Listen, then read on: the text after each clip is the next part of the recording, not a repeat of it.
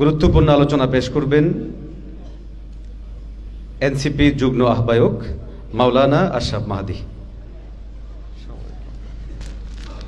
আসসালামু আলাইকুম ওয়া রাহমাতুল্লাহ। হামিদা ওয়া মুসাল্লিয়া ওয়া মুসাল্লিমা আম্মা বা'দ ফাআউযু বিল্লাহি মিনাশ শাইতানির রাজীম। বিসমিল্লাহির রাহমানির রাহিম। ইউসিকুমুল্লাহু ফি আওলাদিকুম লিযাকারি মিসলু হাজ্জিল উনসায়াইন। সাদাকাল্লাহুল আযীম।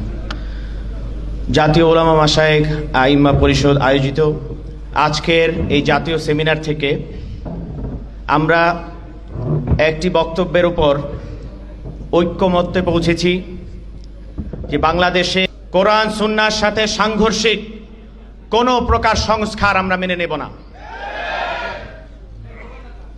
আমরা বিগত 16 বছর যে ফ্যাসিজমের বিরুদ্ধে লড়াই করেছি, আমাদের মনে রাখতে হবে এই ফ্যাসিজম বিভিন্ন রূপে, সাংস্কৃতিক থেকে নিয়ে শুরু করে রাজনৈতিক ফ্যাসিজম বিভিন্নভাবে আমাদের উপর সময়ে সময়ে চাপিয়ে দেওয়া হয়েছে।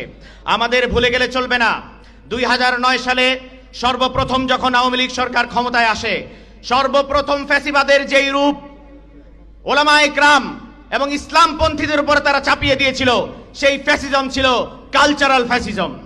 সেই সাংস্কৃতিক ফ্যাসিজমের মাধ্যমে আওয়ামী লীগ সরকার নারী নীতিমালার নামে কোরআন সুন্নাহর সাথে সাংঘর্ষিক আইন প্রণীত করার মাধ্যমে আলেম ওলামা এবং ইসলামপন্থী তৌহিদ প্রিয় জনতার সাথে যুদ্ধ ঘোষণা করেছিল।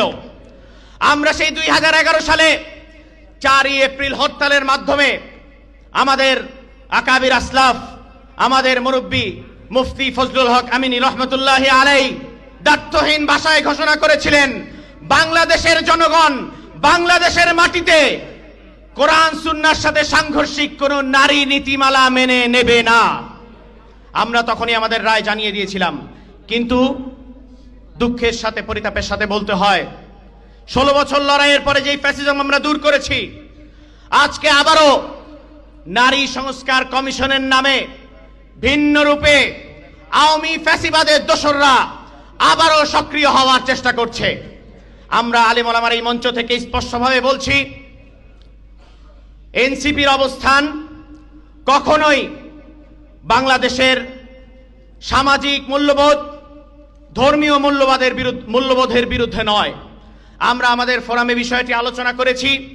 আমরা সুস্পষ্টভাবে নারী অধিকার কমিশনের নামে, সংস্কার কমিশনের নামে কোরআন সুন্নাহর সাথে সাংঘর্ষিক এবং ধর্মীয় মূল্যবোধের সাথে সাংঘর্ষিক যেই নীতিমালাগুলো, যেই প্রস্তাবনাগুলো তারা পেশ করেছে, তার বিরুদ্ধে আমরা আমাদের মতামত জানাবো ইনশাআল্লাহ।